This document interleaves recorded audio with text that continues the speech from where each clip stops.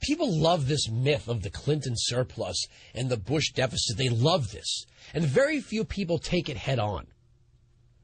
You want to talk the myth of the Clinton surplus, the Bush deficit, and the inheritance of Barack Obama? Bush walked into office after a president gutted the military. You want a budget surplus? You could just eliminate the military. You could just knock the military back into bolt action 1903 Springfields and campaign hats and horses. Bring back horses. We can go back to the military that we had prior to World War I and save lots of money. We could say, what do we need those airplanes for, other than Air Force One? We could eliminate the Air Force tomorrow, right? We can have a standing Army and Navy, like the Constitution says. And if you think the Air Force is unconstitutional, it can always go back to the name Army Air Corps if you'd like. So we could go back to bolt action 1903 Springfields, model 1911 A1, John Moses Brown and Colt 45s, campaign hats, stirrups, horses. Hell, we could issue swords again. And not the Marine Corps, dress uniform swords. I mean actual swords. And we can get rid of the MRAPs. We can get rid of the Strikers. We can get rid of the Humvees.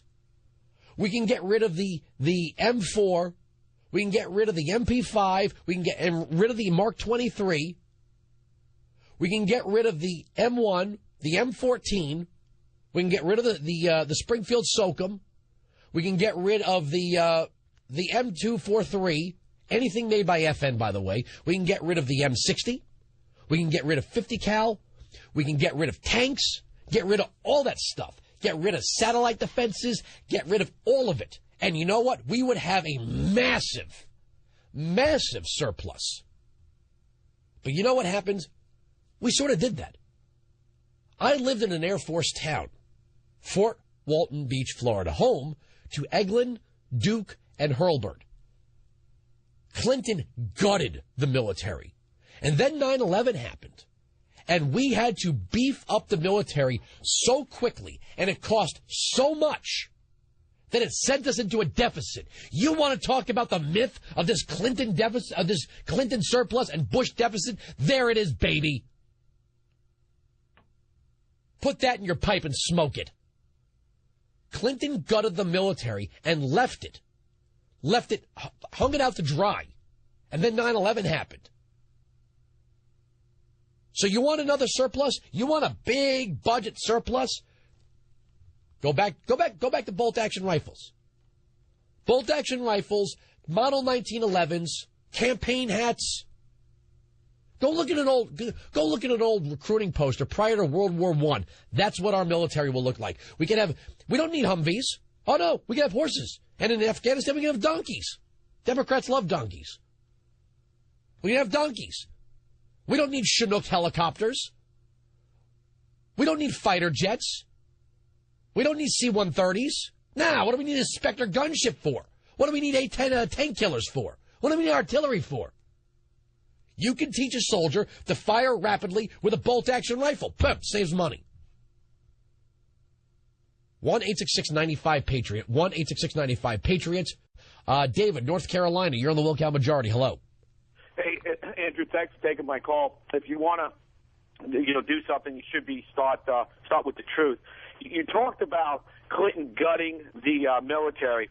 Well, that's not really true. Matter of fact, David, it is 100% true, and you could talk to anyone who was in the Air Force during the late 90s when hold on a second, when they handed out $5 billion to encourage people to leave the United States Air Force. 130 domestic bases were closed by Bill Clinton. Please don't call this program and tell people that I'm... No, sir, don't call me a liar. Do not call me a liar, sir. How are you going to know what I'm going to say when you don't let me talk? Okay.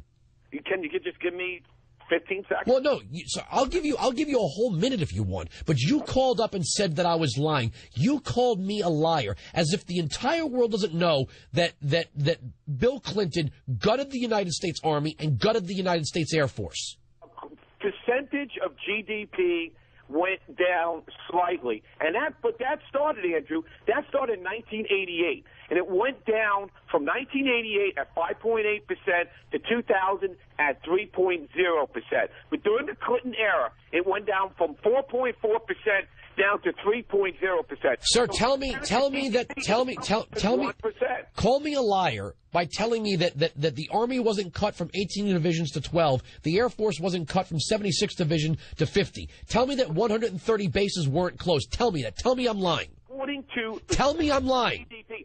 I don't want to hear about GDP. Tell me that 130 bases, sir, David, tell me.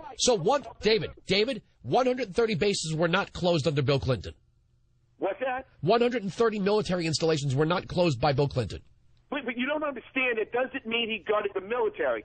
GDP was really? not cut. Do you know who Senator Jim Webb is, sir? Do you know Senator Jim Webb? You don't know what you're talking about. Okay, I don't know what I'm talking about. Sir, I have fact, I have numbers, I have history, I have the truth. Goodbye, sir. Thank you very much for the call. I'm glad to know that you're out there listening to the program.